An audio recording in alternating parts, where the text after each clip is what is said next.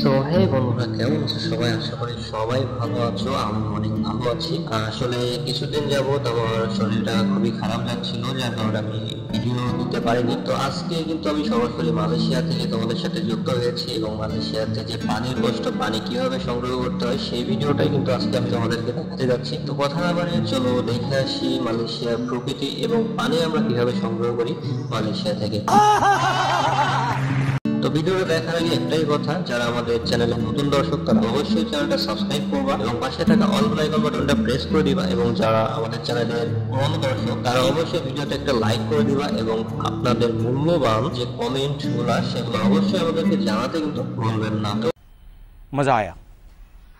দেখতে পাচ্ছেন আমরা কিন্তু হাঁটতে হাঁটতে চলে এসেছি যেখান থেকে পানি নিতে হয়। তো পানিটা নেওয়ার প্রসেসিংটাও আমি আপনাদেরকে বুঝিয়ে দিচ্ছি। এই হচ্ছে পানি নেওয়ার মেশিন। তো এই মেশিনের ভিতরে কিন্তু কয়েন দিতে হয়, কয়েন দিলেই কিন্তু সেই পরিমাণে আপনাদেরকে পানি দেয়। তো আপনারা দেখতে পাচ্ছেন সামনে কিন্তু দুইটা হচ্ছে অপশন আছে। তো আপনারা যে কোনো একটা অপশনের ভিতরে হচ্ছে কয়েনটা দিবেন। তো যে পরিমাণ কয়েন দিবেন, কয়েন দিলেই কিন্তু আপনাদের পানিটা বের হবে না। তার জন্য কিন্তু দুইটা সুইচ দেখতে পাচ্ছেন। এবার কিন্তু সবুজ একটা সুইচ আছে, সেই সুইচটাই কিন্তু চাপ দিতে হবে কয়েন দেওয়ার পরে, তাহলে কিন্তু পানিটা বের হবে। তো দেখতে পাচ্ছেন আমরা কিন্তু কয়েন দেওয়ার পরে চাপ দিয়েছি এবং পানিটা কিন্তু বের হচ্ছে।